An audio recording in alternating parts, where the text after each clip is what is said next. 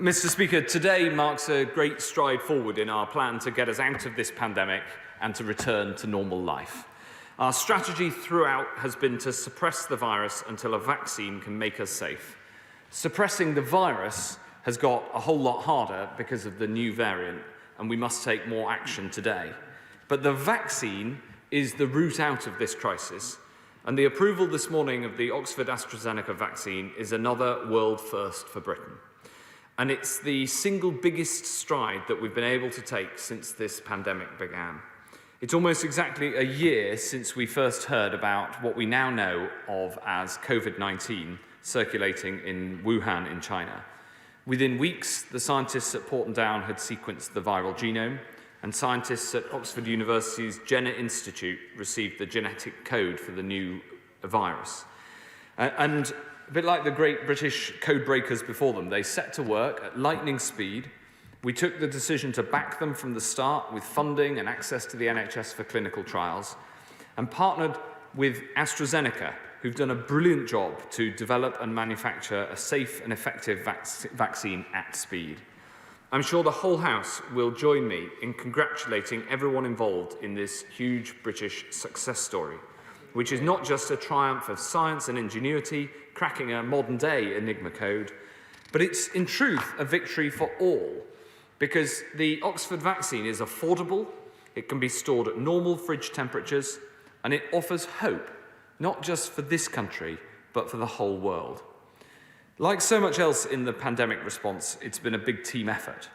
And while this is a great British success, it's also the British way that we're at our best when we collaborate with people from around the whole world, and this is another example. The vaccines programme has shown Britain as a life sciences superpower, and the Brexit deal that this House has just passed with a very significant majority has helped us, will help us to strengthen this yet further. I want to thank the National Institute for Health Research, the UK Vaccines Network, the Vaccines Task Force, AstraZeneca, of course, and Oxford University, and all the volunteers who stepped up for science and took part in the trial, and all those who've been involved in making this happen. From the beginning, we've focused on the vaccine as a way out of this pandemic, and now it is a reality. We need to vaccinate as quickly as supply allows, following the necessary safety checks, of course, and the NHS stands ready to accelerate deployment at scale from Monday, the 4th of January.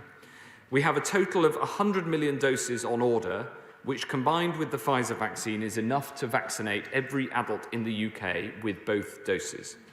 And we will, of course, vaccinate according to the JCVI priority, but today's news means that everyone who wants one can get a vaccine. We already have 530,000 doses available to the UK from Monday, with millions due from AstraZeneca by the beginning of February. Mr. Speaker, the clinical advice is that the Oxford vaccine is best deployed as 2 doses up to 12 weeks apart. And the great news is people get protection after the first dose. This means we can accelerate the speed at which we can vaccinate people for the first 12 weeks before we return to deliver the second doses for that longer-term protection. It brings forward the day on which we can lift the restrictions that no one in this House wants to see any longer than are absolutely necessary. But, Mr. Speaker, we must act to suppress the virus now, not least because the new variant makes the time between now and then even more difficult.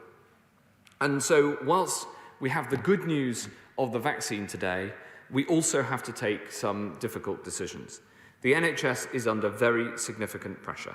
There are over 21,000 people in hospital with coronavirus right now, and we can see the impact that this is having. The threat to life from this virus is real, and the pressures on the NHS are real too.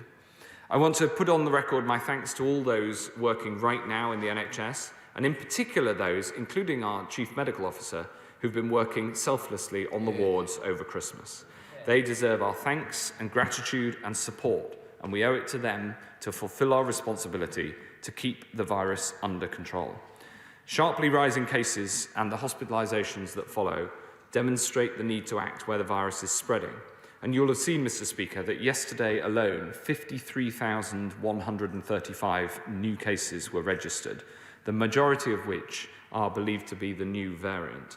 Unfortunately, this new variant is now spreading across most of England, and cases are doubling fast. It is therefore necessary to apply Tier 4 measures to a wider area, including the remaining parts of the South East, as well as large parts of the Midlands, the North West, the North East and the South West. And I've laid a comprehensive list in the Library of the House and published on gov.uk. Even in most areas not moving into Tier 4, cases are rising too, and it's therefore necessary to apply Tier 3 measures more broadly too, including in Liverpool and North Yorkshire. The rest of Yorkshire remains in Tier 3. These changes will take effect from 1 minute past midnight tomorrow morning. The new variant means that 3/4 of the population are now going to be in Tier 4, and almost all of the country in Tiers 3 and 4. And I know that Tiers 3 and 4 measures place a significant burden on people, and especially on businesses affected. But I'm afraid it's absolutely necessary because of the number of cases that we've seen. But where we're still able to give places greater freedoms, we will continue to do so.